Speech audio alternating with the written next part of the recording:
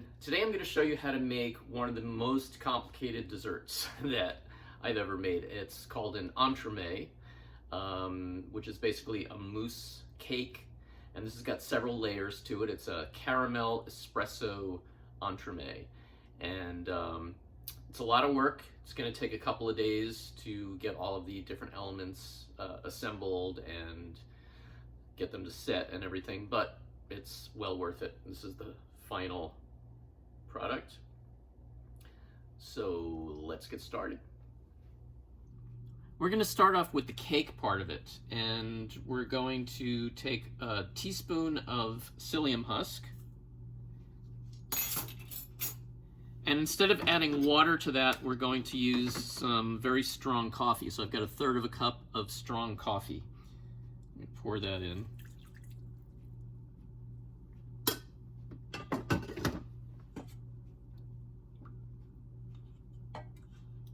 Just let that sit for a minute. And then we're going to take about 1/4 cup of vegan butter.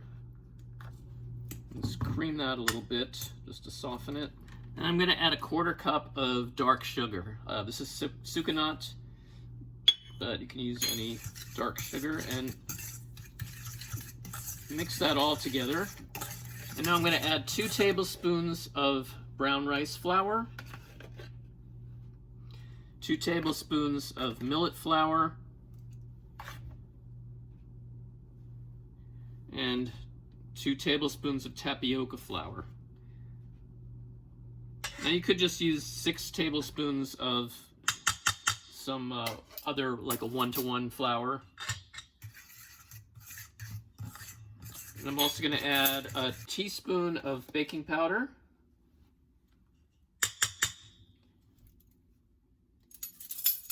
and 1/8 teaspoon of xanthan gum.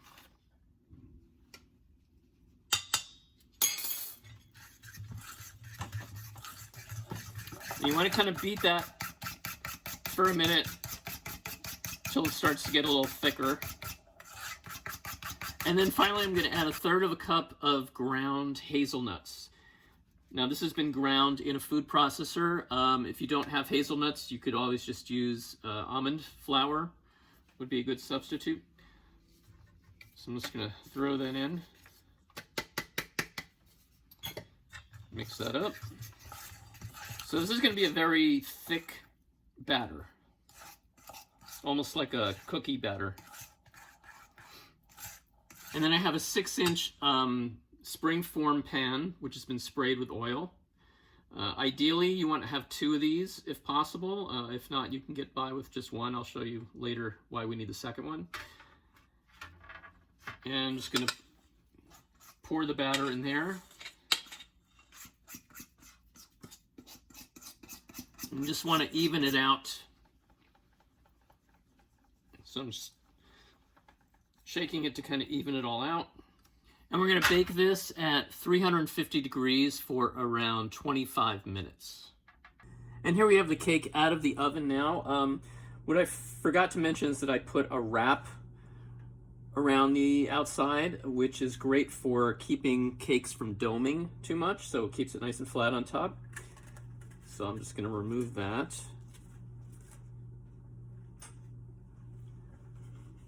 And then I'm going to take off the sides. So here you can get an idea of the thickness of the cake that you're looking for. Now we're going to wind up slicing this in half, but before we do that, I want to let the cake cool, and then we're going to chill it for a bit so it'll get nice and firm and it'll be a lot easier to slice. While we're waiting for the cake to cool, I'm going to make the next element, which is the ganache. Now this is going to be a carob ganache. You can easily substitute and make it chocolate, and I will talk about that in a minute. So the first thing I'm going to do is take 1/4 cup of coconut butter, put that in a saucepan, and I'm just going to heat that over low heat just to kind of get it melty. And then I'm going to add to that 1/4 cup of agave.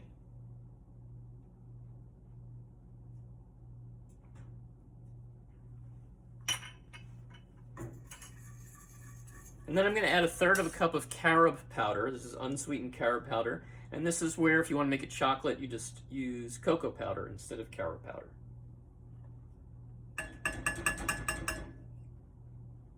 So just mix this up until it's nice and smooth.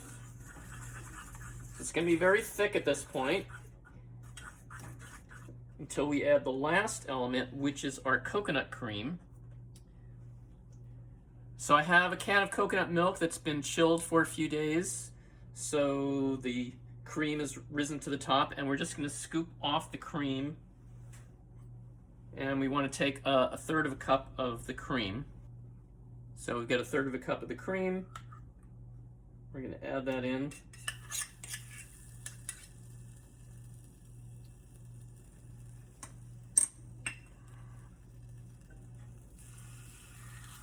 So we want to mix that up until everything is all melted and combined together. And then we can take that off the heat and let that cool. Now we have our chilled cake. And first thing I'm going to do is just kind of loosen it at the bottom a little bit.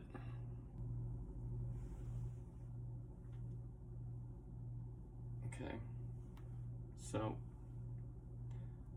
put the bottom back on now that we know it's nice and loose. And we want to slice this in half. Now you can do this with a nice sharp knife, but ideally if you've got one of these wire cutter things, this is going to be ideal. So I have it set to the height that I want to cut it, and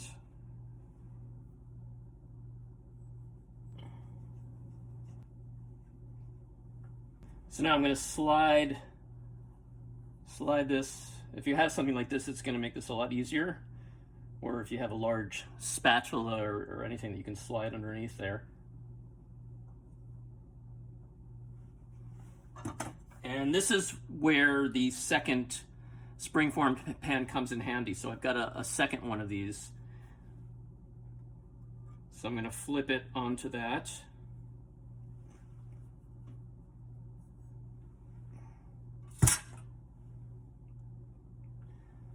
So we've got the two halves with the cut side up, like that.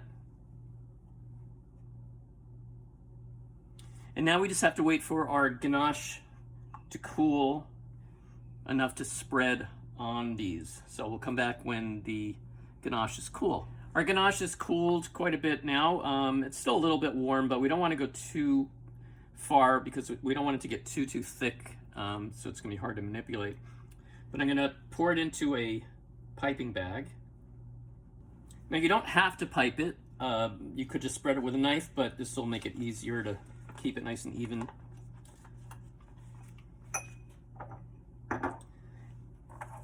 And I've put the layers back in their springform pan. So I put the sides back on, which will keep the ganache from running down the sides if it gets too thin.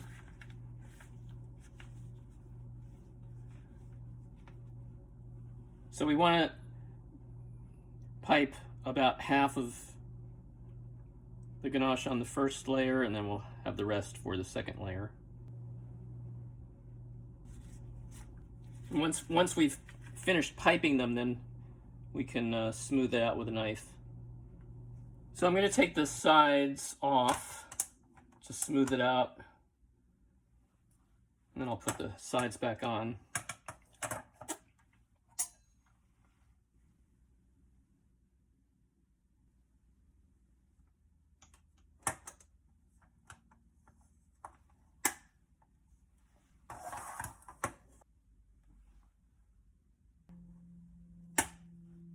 And then we're going to put these layers in the freezer while we work on our next element.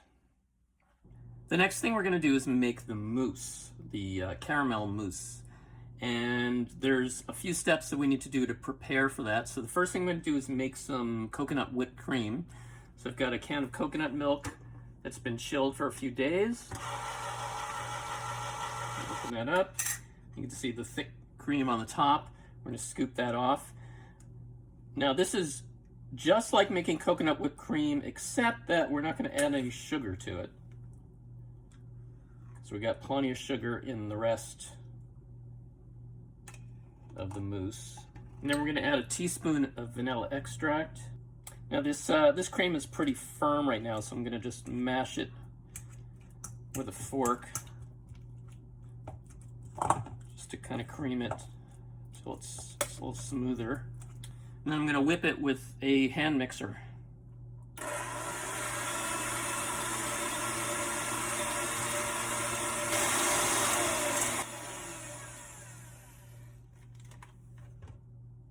And then we're going to put this back in the refrigerator and just let it chill while we continue with the rest of the mousse. The next thing we're going to do is take a tablespoon of kuzu.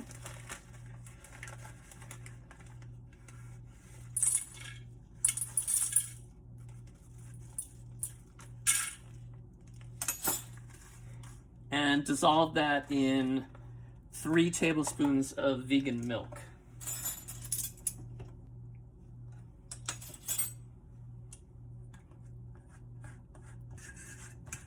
So just keep mixing that until there are no more lumps.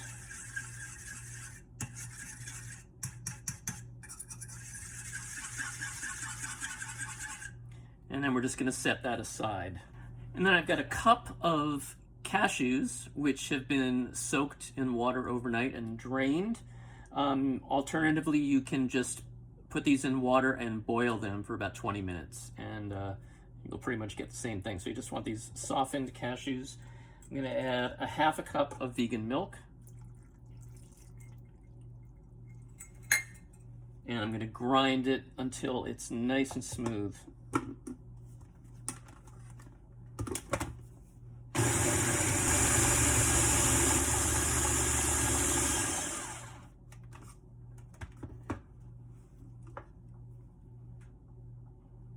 All right. That's pretty smooth now. Now we're going to make the caramel. So I've got a cup of sugar. I'm going to throw in a saucepan with a 1/4 cup of water. Heat that up. And we're basically going to cook this until it turns a nice caramel color. The best way to check that you've gone far enough is to use a thermometer and wait till it reaches about 250 degrees, and then you'll have your caramel. All right, so we're over 250 degrees now, and I'm gonna add in the cashew mixture. I'm gonna whisk that together, and then we want to bring it to a boil again, because now it's gonna be cooled down from the cashew mixture. So we want to wait until it really starts to boil up and kind of foam up. All right, so it's boiling pretty well now. So I'm going to turn the heat down. And I'm going to throw in the kuzu mixture.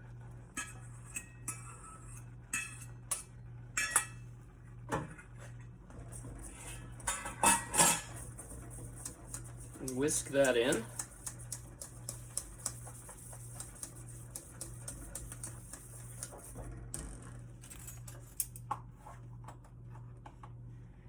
And then I have a tablespoon of agar flakes.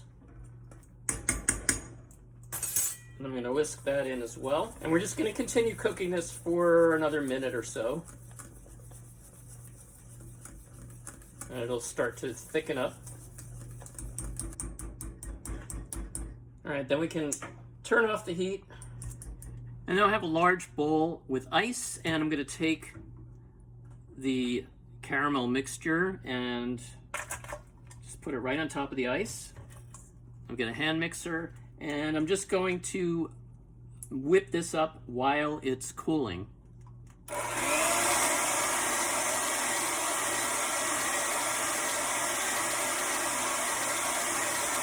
the idea here is that we want to get as much air in it as possible, so that's why we're whipping it up, trying to keep the air in, and we want to cool it until it's at least down to room temperature or a little bit cooler.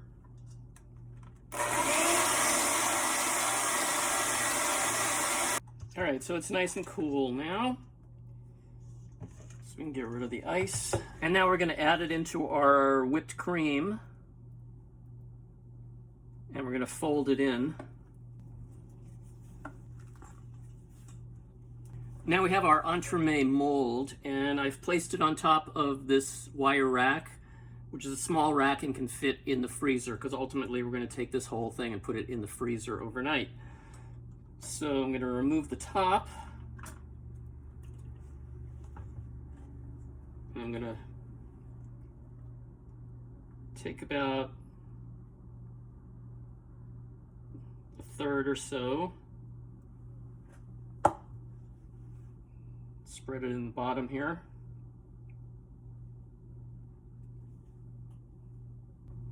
And then we're going to take off one of our frozen layers and invert it onto the top of the mousse. So we're going to do this with the carob side down. And then we're going to spread some more of the mousse on top. And then we're going to invert the second layer on top of that.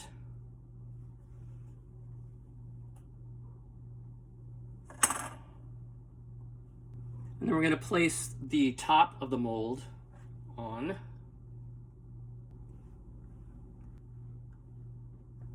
And then I'm going to take the rest of the mousse and I'm going to pipe it into the sides, try to fill up the sides. And then the rest, just spread on the top as much as you have.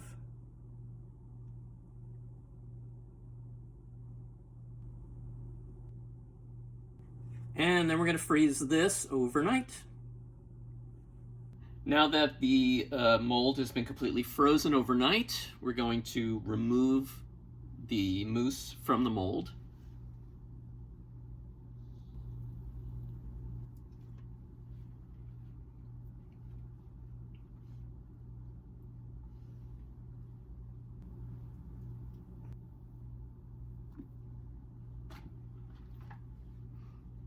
And then I'm going to put this back in the freezer while I'm working on the glaze until that's ready to go. Over at the stove, we're going to make some caramel to start. So I've got 3/4 of a cup of sugar in a saucepan. I'm going to add 2 tablespoons of water. And then I'm going to heat that up. And again, I'm going to cook this until it reaches 250 degrees to make the caramel. All right, so our caramel has reached over 250 degrees. Now I'm going to add a 1/4 cup of espresso that I previously made.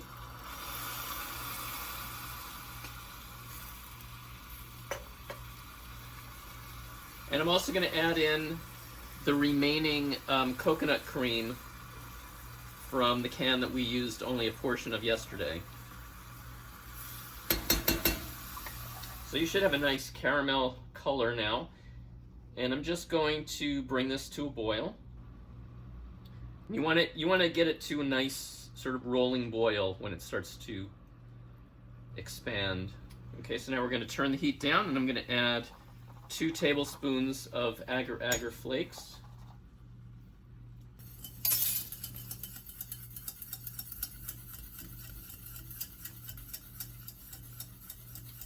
And then I'm going to turn the heat off.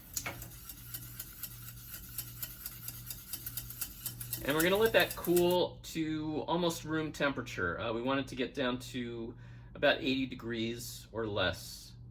And then we can use it to glaze the entremet. Now we're ready to glaze the entremet. I've got the glaze here, which I actually put in the freezer to bring the temperature down quickly. So it's down around 70 degrees now. And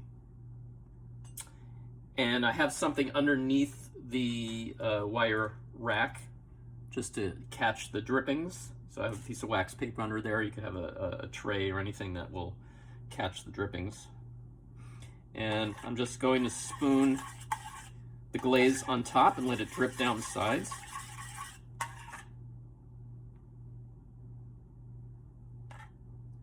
I'm going to use a knife to just try to get it to cover the underneath part on the bottom.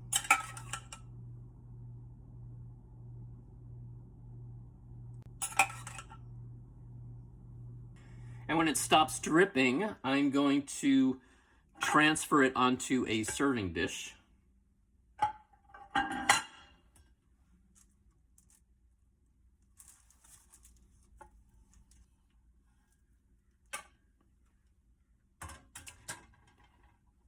And then we're going to put this in the refrigerator and let it set for around 8 to 10 hours.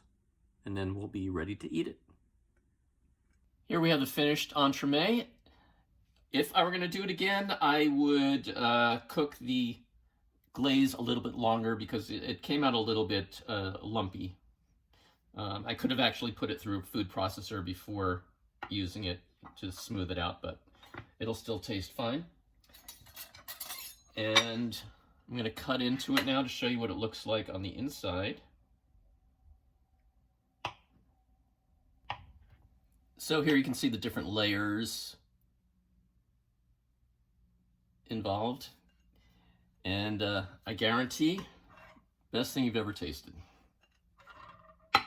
Thanks everybody for watching. If you feel inspired, try it yourself at home and let me know how it goes. And enjoy.